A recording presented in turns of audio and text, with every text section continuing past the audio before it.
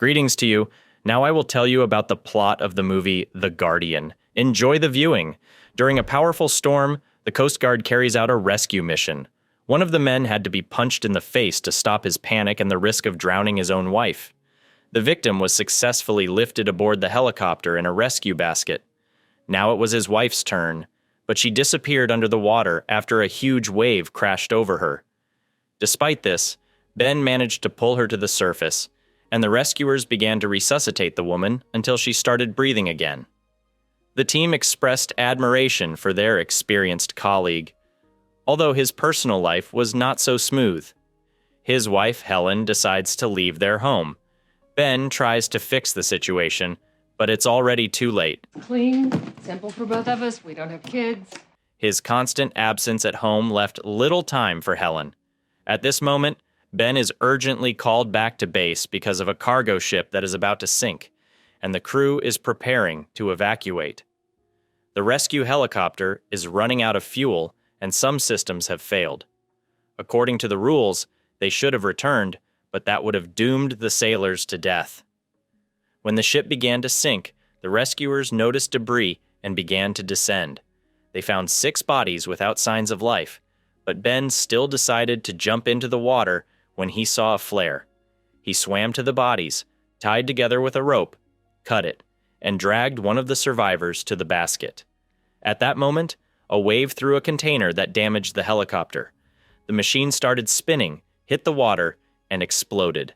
The helicopter went down, taking the young man in the basket with it. Of the entire team, only Ben's best friend, Carl, survived, who now had to wait for rescue. Carl suffered injuries and began to freeze until a plane flew over them, dropping a life raft. Rescuers in a helicopter arrived only at dawn. After the storm subsided, Ben woke up in the hospital, but Carl did not survive the night, and Captain Hadley offered the veteran to either train recruits or retire.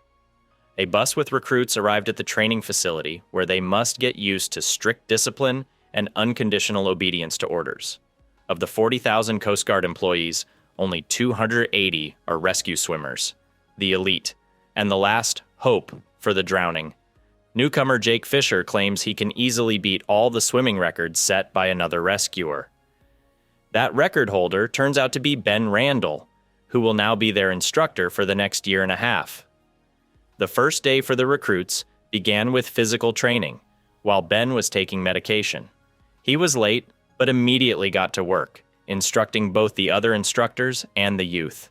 Hodge was killed, this being his 3rd attempt after being expelled twice. Cornbread and water-fed, hoorah! Fisher's ambition and perseverance are admirable. He claims to be born to be a rescuer at home in the water. Despite being the U.S. swimming champion, this did not impress. The senior instructor arranged a test for the recruits. They had to stay afloat for an hour without touching the walls or the bottom. Muscle mass does not guarantee the ability to swim, and thus, bulky physiques often do not suit rescue work.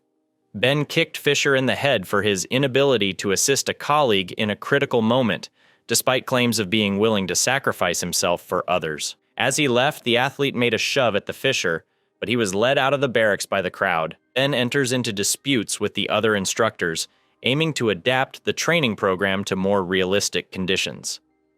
The cadets undergo intensive training, spending a lot of time in water, and performing exhausting physical exercises to the limit of their strength. Within the first 2 weeks of training, half of the group was weeded out, and the remaining suffered from chronic fatigue. At this time, Ben tries to mend his relationship with his wife, while the cadets in uniform crashed a stranger's party. Fisher bet that he could take the most attractive girl from the bar with him in less than a minute. The girl quickly figured out his intentions and suggested splitting the winnings in half, playing along with him. Fisher managed to accomplish the task and won the bet. The instructors planned to give the cadets an unforgettable night, but, discovering their absence, devised a tougher test.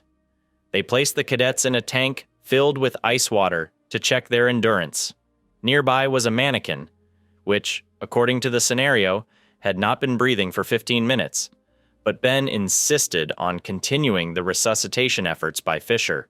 After successfully passing the test, everyone went to enjoy a hot shower. The next lesson was dedicated to breath-holding training.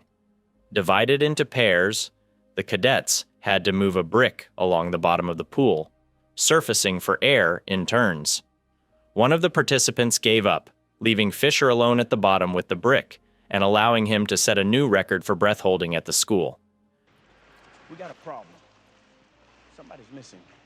Fisher hoped that this way he could impress the demanding instructor. The cadets were shown videos of real-life rescue operations on water, teaching them to determine when the risk for the rescuer is acceptable and when it is not. They learned to act quickly, cohesively, and efficiently. At the bar, Fisher met the same girl again, but instead of giving her half of the winnings, he drew a map indicating the location of the money. It turned out that the map was a joke, a drawing of pants, and Emily took her share of the winnings. The persistent Fisher convinced her to dance and then spent the night with her. Because of this adventure, he was late for the morning roll call at the school, where he was already awaited. His prospects at the school were under threat. The senior instructor forced him to stack bricks in a basket that other cadets had to hold above water. Because of Fisher, his comrades had not slept for 36 hours.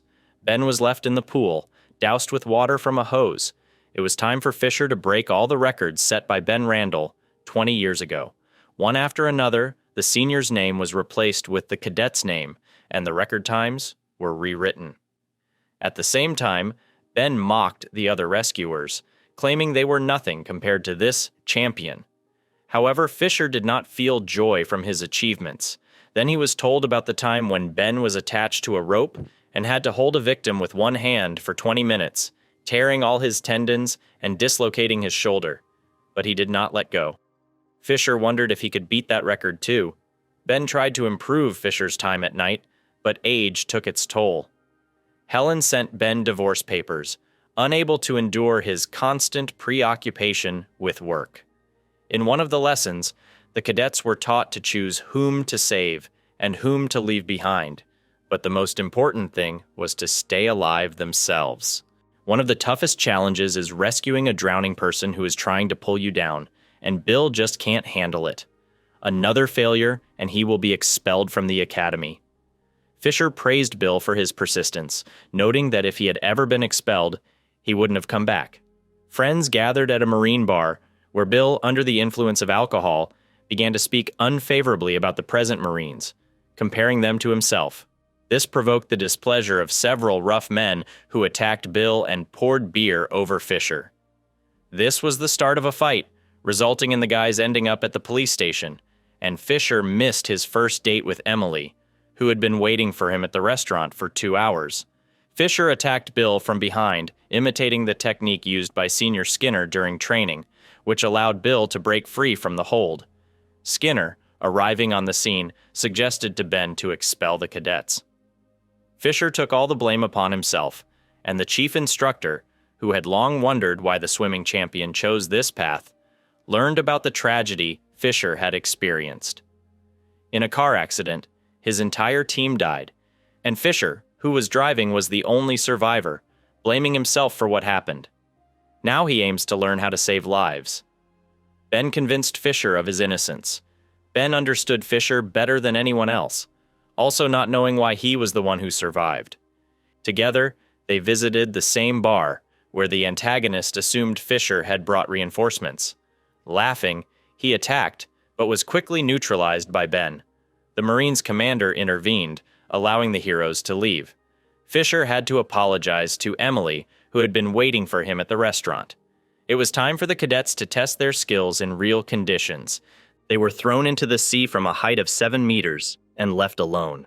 Fisher realized they wouldn't come back for them, and the team reached the shore by evening. Bill realized he couldn't outmaneuver the senior, so he used a technique to confuse him. At the end, the angry instructor hugged the Bill for doing the right thing. In the end, the training was completed, and only a few managed to pass through the tough selection.